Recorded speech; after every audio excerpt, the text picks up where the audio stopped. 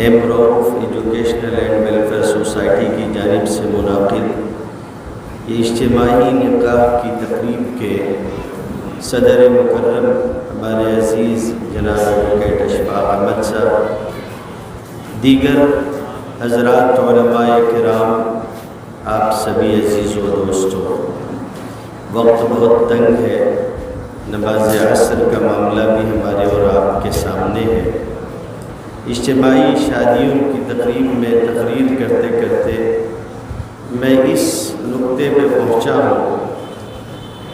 کہ یہ نوشہ حضرات سے پوچھنے کی چیز ہے کہ انفرادی نکاح ہو تو ان کو بہت جلدی ہوتی ہے، اجتماعی نکاح میں نوشہ حضرات کیوں پیچھے رہتے پتہ نہیں۔ اکثر ایسا ہوا ہے، ہم لوگ اجتماعی نکاح کی تقریب میں ہوتے ہیں، معلوم ہوتا ہے کہ کوئی ایک نوشہ ہوگا جو کر بلوا کے چھوڑے، آخر میں آئے گا ایک دم دیر سے۔ یا تو یہ ہوتا ہے کہ میں چونکہ نوشہ ہوں اور آج کہیں ایک دن حکومت کے لیے ملا ہے، اس لیے آج جتنی منمانی کر سکتا ہوں کر لوں۔ میرے بھائیوں، اجتماعی سلسلے میں یہ بات عرض کرنی ہے کہ ہمیں اجتماعی معاملات میں شعور پیدا کرنا ہوگا۔ عموماً یہ چیز ہم اپنے سماج اور معاشرے میں محسوس کرتے ہیں کہ اجتماعی فائدے پہ انفرادی فائدے کو ترجیح دی جاتی ہے، اور یہ مناسب نہیں۔ خیال کرنا چاہیے کہ ہماری وجہ سے کتنے ہی لوگوں کو دقت ہوتی ہے۔ خیر، M Rauf educational and welfare society کا یہ پہلا اجتماعی شادی کا پروگرام ہے، اکثریت نوجوانوں کی ہے جنہوں نے یہ پروگرام منعقد کیا ہے۔ ایک ایسے سماج اور ایسے معاشرے میں جہاں نوجوان عموماً رات گئے تک دکانوں مکانوں کے باہر بنے ہوئے تھڑوں پہ بیٹھتے ہوں اور رات دیر گئے تک جاگتے رہتے ہوں، پھر اس کے بعد سو جاتے ہوں، کئی ایک نماز قضا کرنے کے بعد اٹھتے ہوں، کمانے اور ذمہ داری کا کوئی خیال ان کے یہاں نہ ہو،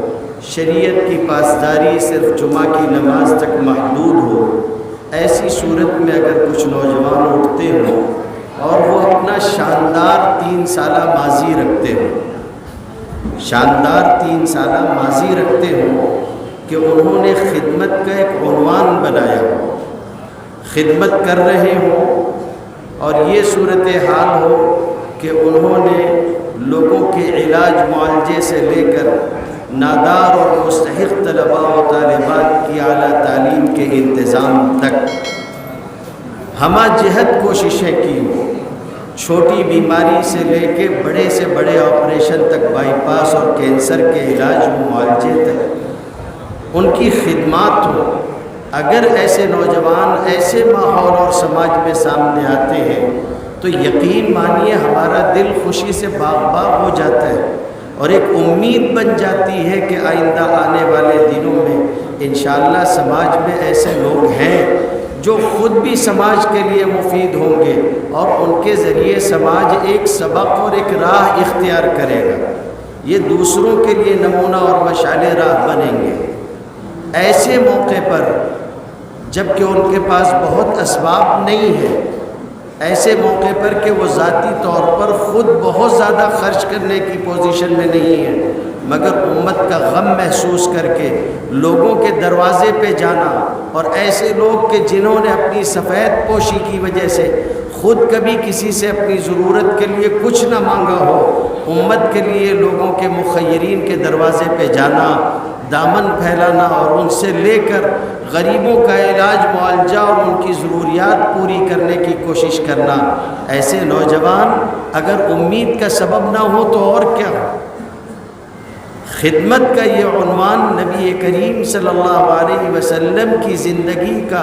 سب سے نمایاں عنوان ہے جو ان نوجوانوں نے اختیار کیا ہے۔ آپ صلی اللہ علیہ وسلم کی اظہار نبوت سے ما قبل کی جو زندگی ہے آپ اس کو دیکھیے۔ آپ غار حرا سے اتر کر آئے تھے اور آنے کے بعد اپنی بیوی زوجہ محترمہ ام المومنین حجۃ الکبریٰ رضی اللہ تعالی عنہا سے کہا تھا کہ مجھے اپنی جان جانے کا اندیشہ ہے، زملونی زملونی لقد خشیت علی نفسی، مجھ کو اپنے چادر اڑا دو، مجھے اپنی جان جانے کا اندیشہ ہے۔ تو حضرت خدیجۃ الکبریٰ رضی اللہ تعالی عنہا نے کہا تھا انک لتصل الرحم وتحمل الکلب، آپ صلہ رحمی کرتے ہیں، آپ بوجھ اٹھاتے ہیں، جس کے لیے کمانے والا کوئی نہ ہو اس کے لیے کماتے ہیں، سچ بولتے ہیں، لوگوں کا ساتھ دیتے ہیں، ایسا آدمی واللہ لا یخزیک اللہ ابدا، ایسا آدمی ہرگز رسوا نہیں کیا جاتا۔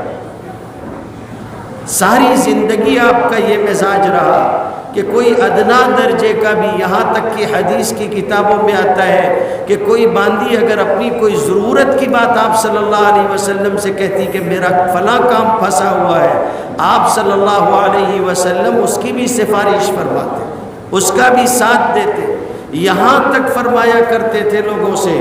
کہ آپ لوگ یہ کیا کرو کہ اگر میرے پاس کوئی آدمی کام لے کر آئے تو تم اس کی سفارش کر دیا کرو، اللہ تم کو اجر دے گا، باقی میری زبان پر تو وہی جاری ہوگا جو اللہ کی مرضی ہوگی، اس کا کام نکلے نہ نکلے، تم اگر اس کی طرف سے تھوڑی سی محنت کر دو گے تو یہ بڑی بات ہے۔ حضرت عبداللہ ابن عباس رضی اللہ تعالی عنہما نے اپنا نفلی اعتکاف ایک آدمی کی خدمت کے لیے توڑ دیا تھا، نکلتے نکلتے اس نے کہا کہ حضرت آپ معتکف ہیں، آپ کو پتہ ہے، فرمانے لگے کہ میں نے نبی کریم صلی اللہ علیہ وسلم سے سنا کسی کی ضرورت پوری کرنا اس طرح کے اعتکاف کرنے سے اتنا افضل ہے، یہ ہونا چاہیے۔ اور یہاں آپ دیکھ رہے ہوں گے مختلف مکاتب فکر کے علماء بھی انہوں نے جمع کی اور سب کو بلایا اور خدمت کے اس عنوان پہ ایک اسٹیج پہ اکٹھا کیا۔ نبی کریم صلی اللہ علیہ وسلم نے اپنے بنی عمام کے ساتھ، اپنے چچا وغیرہ کے ساتھ مل کر ایک معاہدہ کیا تھا، باہر کا آنے والا ایک آدمی ظلم کا شکار ہوا، اس کا مال لوگوں نے دبا لیا، تو اس کے ظلم کو دیکھتے ہوئے ایک معاہدہ کیا تھا لوگوں نے مل کے کہ ہم اپنے یہاں آنے والے باہر کے لوگوں کے ساتھ کوئی ظلم نہیں ہونے دیں گے، حلف الفضول کا معاہدہ کہلاتا ہے۔ نبی کریم صلی اللہ علیہ وسلم نے جب مدینہ طیبہ ہجرت فرما لی تب بھی آپ یہ کہتے تھے کہ آج بھی اگر دنیا کے دیگر مذاہب کے لوگ بھی اگر مجھے ایسے معاہدے کے لیے بلائیں کہ مظلوم کا ساتھ دینا ہے، مجبور کا ساتھ دینا ہے، پریشان حال کا ساتھ دینا ہے، میں آج بھی اس طرح کے معاہدے کے لیے ان کے ساتھ بیٹھنے کو تیار ہوں۔ یہ خدمت کا عنوان ہے۔ اور یہ نکاح اجتماعی نکاح، ان ماں باپ سے جا کے پوچھو جن کی بچیاں اس وجہ سے رکی ہوئی ہیں کہ ان کے پاس اپنی بچیوں کے نکاح کرنے کا خرچ نہیں ہے، حالانکہ شریعت نے کوئی خرچ نہیں رکھا ہے، مالی جتنا خرچ ہے سب سارے کا سارا لڑکے کے ذمے ہے، مہر دینے سے لے کے ولیمہ کرنے تک، نان و نفقہ شکنے کا حق ادا کرنے تک سارا خرچ جو ہے وہ لڑکے کے ذمے ہے۔ یہ ہماری غلطی ہے کہ ہم نے لڑکی والوں کے اوپر ایسی چیزیں لاد دی ہیں جو ان کے اوپر شریعت نے رکھی ہی نہیں، پھر اس کی وجہ سے مجبور ہو کے جو ماں باپ اپنی بچیوں کا نکاح نہیں کر پاتے ان سے پوچھو ان کا غم کیا ہے۔ آج انہوں نے 11 بچوں کا نکاح کروایا ہے، 11 بچیوں کا گھر آباد کیا ہے، یہ تقریب منعقد کی، کس قدر محنت اور مشقت کے بعد آج کا دن آیا ہوگا، یہ وہ لوگ سمجھ سکتے ہیں جو اس میدان میں کام کرتے رہتے ہیں۔ ہم لوگوں کو پتہ ہے کہ ایک چھوٹی سی تقریب کرنے میں، ایک مجلس منعقد کرنے میں کتنی محنت کرنی پڑتی ہے۔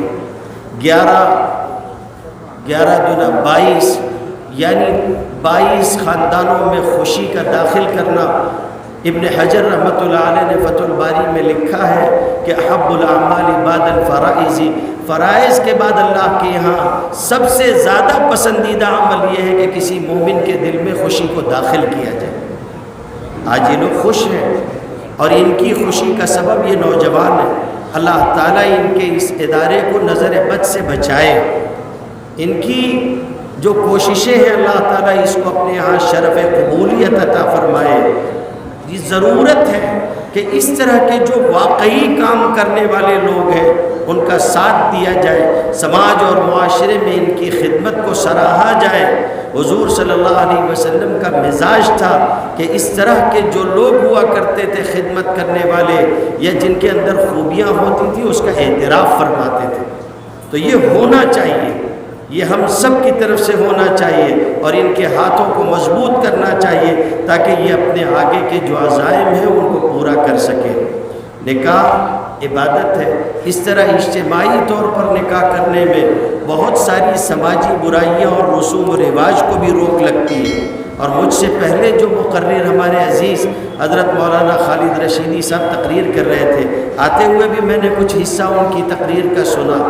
ظاہر سی بات ہے اس طرح کے نکاح سے برائیوں کا سدباب بھی ہوتا ہے۔ جو لوگ نکاح نہیں کر پا رہے ہیں ان کو نکاح کرنے کا راستہ ملتا ہے اور وہ زنا سے بچ پاتے ہیں، اور اسی طرح سے اور بھی بہت سارے فوائد ہیں۔ خوشی کی بات ہے کہ اس کا ذریعہ ایم رؤوف ایجوکیشنل سوسائٹی کے یہ نوجوان اور ان کے سرپرست بنے۔ اللہ تعالیٰ ان لوگوں کی ان خدمات کو قبول فرمائے۔ جن لوگوں نے نکاح کیا ہے ان سے دو باتیں عرض کرنی ہے، جن کا آج نکاح منعقد ہو رہا ہے ان سے دو باتیں عرض کرنی ہے۔ ایک بات تو یہ کہنی ہے کہ دیکھیے اس طرح کے نکاح اس لیے کیے جاتے ہیں تاکہ سہولت اور آسانی میسر آ سکے۔ اللہ کے فضل و کرم سے ہم لوگوں نے جو تھوڑی بہت جد و جہد کی ہے، اسی میں ہماری جمعیت قریش کے جو لوگ ہیں ان کے یہاں بھی داغ بیل پڑی اور ان کے یہاں اجتماعی شادی کا مزاج نہیں بنتا تھا۔ وہاں ایک آدمی ایک شادی اکیلے اس طرح سے کرتا تھا کہ سینکڑوں لوگوں کو گاڑی میں لے کر دوسری جگہ جانا، ان کا خرچ اٹھانا۔ عموماً شہر میں نکاح نہیں کرتے ہیں، بیرون شہر رشتے کرتے ہیں۔ آہستہ آہستہ یہ ہوا کہ ان کے یہاں بھی اجتماعی شادی کا مزاج بنا۔ آج سبھی لوگ جو اجتماعی شادی کرنے والے ہیں وہ ایک بات ضرور کہتے ہیں کہ ہمارے بس میں جتنا تھا، جتنی آسانی ہم مہیا کر سکتے تھے ہم نے کیا ہے۔ اس کا یہ مطلب نہیں ہے میرے بھائیوں کہ آپ یہاں سے واپس جانے کے بعد پھر رسوم و رواج میں پڑ جاؤ، یہاں سے جا کے آپ جو ہے وہ شور ہنگامہ کرو اور ساری چیزیں نہیں، سادگی اختیار کرو۔ اگر ان حضرات نے اتنی محنت کی ہے تو آپ بھی شریعت کی پاسداری کرتے ہوئے آگے کے امور جو آپ کے ہاتھ میں ہیں اس کو انجام دیں اور شریعت کا خیال رکھیں۔ زندگی خوبصورت اسی وقت ہوگی جب شریعت کے موافق گزارنے کی کوشش کی جائے گی۔ اور آخری بات جو آپ سے عرض کرنی ہے نکاح کرنے والوں سے وہ یہ ہے کہ حقوق سیکھ لو، کس کے ذمے کیا حق ہے۔ حضور صلی اللہ علیہ وسلم کی وفات ہوئی، آپ کی وفات کے بعد امیر المومنین حضرت ابوبکر صدیق رضی اللہ تعالیٰ عنہ ہوئے۔ آپ نے اپنے زمانے خلافت میں پہلا قاضی مقرر کیا حضرت عمر رضی اللہ تعالیٰ عنہ کو۔ مدینہ طیبہ کے قاضی تھے، مدینہ طیبہ کے معاملات، مخاصمت، جو بھی منازعات پائی جائے گی، جو بھی مسئلہ ہوگا آپس کا، وہ قاضی کے پاس لے جا کے اس کو حل کروائیں۔ حضرت عمر فاروق رضی اللہ تعالیٰ عنہ کے بارے میں کتابوں میں آتا ہے کچھ دن گزر جانے کے بعد وہ حضرت ابوبکر صدیق رضی اللہ تعالیٰ عنہ کے پاس آئے اور آ کر انہوں نے کہا کہ حضرت مجھ کو اس منصب سے ہٹا دیجئے، اب میں یہ منصب چھوڑنا چاہتا ہوں۔ تو حضرت ابوبکر صدیق رضی اللہ تعالیٰ عنہ نے حضرت عمر سے کہا تھا کہ عمر کیا تم قضا کی مشقتوں سے بھاگنا چاہتے ہو؟ تو انہوں نے کہا کہ کسی مشقت سے بھاگنے کی بات نہیں ہے، یہ وہ سماج اور معاشرہ ہے جس سماج اور معاشرے کے لوگوں نے دوسروں کے حقوق سیکھ لیے ہیں، اس کا نتیجہ یہ ہے کہ ہر ایک دوسرے کا حق ادا کرتا ہے اور پھر آپس میں کوئی جھگڑا نہیں ہوتا۔ جب کوئی جھگڑا ہی نہیں ہوتا تو کوئی میرے پاس آتا بھی نہیں ہے۔ اتنی مدت میں میرے پاس کوئی فیصلے کے لیے آیا ہی نہیں، تو میں فیصلہ کس کا کروں گا؟ ان لوگوں کو قاضی کی ضرورت نہیں ہے۔ اس لیے میں یہ چاہتا ہوں کہ مجھے اس منصب سے روک دیا جائے۔ تو میرے عزیزوں، اگر دوسروں کا حق ادا کرنے لگو، بیوی آ رہی ہے اس کا حق ادا کرو، سسرال کا رشتہ ہوگا اس کا حق ادا کرو۔ اپنا حق لینے کا مطلب صرف نہیں ہے، دوسرے کا حق دینا سیکھو، زندگی خوبصورت ہو جائے گی۔ میں اپنی جانب سے یہاں موجود علماء کی طرف سے، آپ سبھی کی طرف سے نمائندگی کرتے ہوئے ایم رؤوف ایجوکیشنل سوسائٹی کے جو ذمہ داران ہیں، سرپرست حضرات، اور اسی طریقے سے ان کے صدر و اراکین، ان کی خدمت میں ایک مرتبہ پھر ہدیہ تبریک پیش کرتا ہوں اور دعا کرتا ہوں کہ آپ آگے بڑھتے رہو، اللہ تعالیٰ آپ کی زندگی میں اور آپ کے کام میں برکت عطا فرمائے اور آپ لوگوں کو خیر کے ساتھ آگے بڑھائے۔ یہ یاد رکھنا، جب تک کہ آپ لوگ سماج اور معاشرے کے لیے نفع بخش بنے رہو گے، آپ اپنی ایک علیحدہ شناخت رکھو گے۔